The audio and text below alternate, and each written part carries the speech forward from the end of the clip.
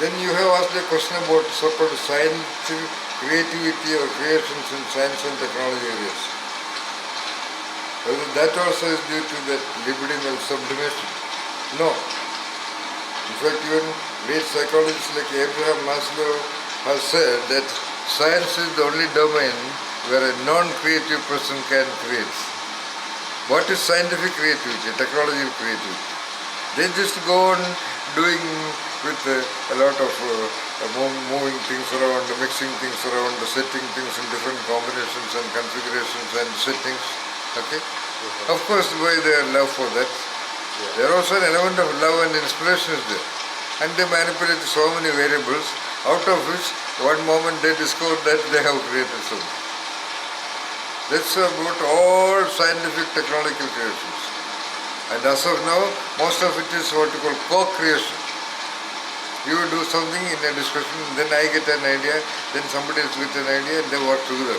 To create a mobile phone or a satellite or any motor car or any other equipment and whatever. All right. But we can say, the general population may think that it is creativity. No. Whereas a poet is sitting down in order to create a poem. He is working on a moment of inspiration to give an expression to that inspiration. Get the point? There was no so-called scientific creator. It was not Edison sitting down there in order to discover direct current.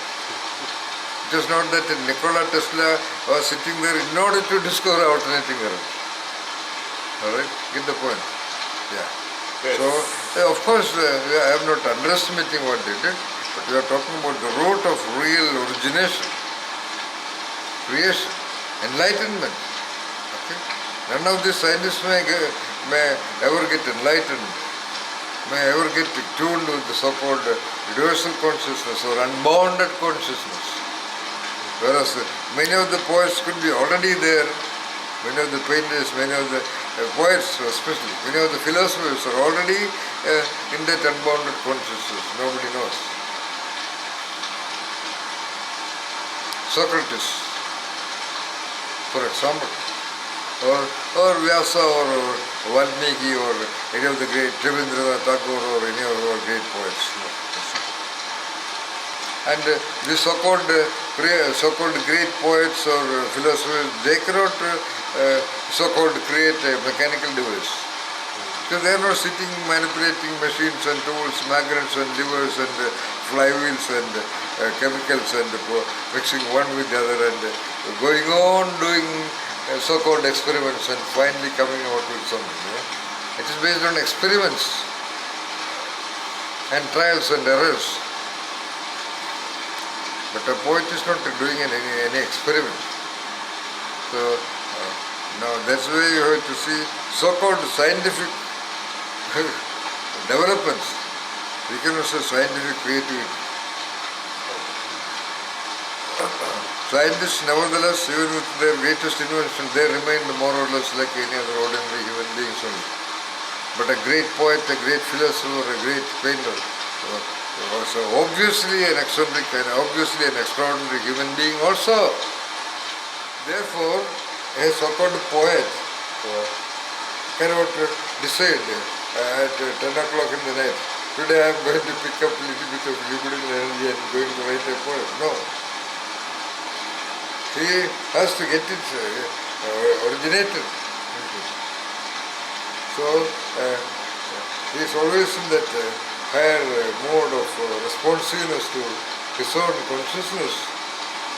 Whereas a scientist can decide, okay, let me go to the laboratory and work on another experiment. A poet cannot do that. You cannot ask a poet, come and write down a poem for me to be published in the new book. Whereas a group of scientists can create some new device by collective activity in the world. That's why you often see a clear divide, clearly different personality pattern with real creativity in the field of poetry, painting, dance, music, etc. and scientific creativity. so-called scientifically creative people, in the sense that we devise modern machines and robots and all that, there are very ordinary people.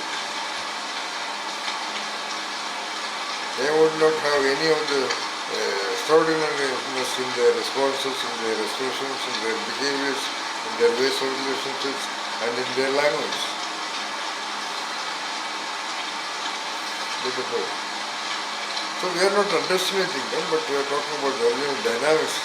Rather, poets are already in yoga with the universal consciousness, whereas the scientists are not. Or scientific, technological, creative people are not. So, yeah. But they are in opposite dimensions, in fact.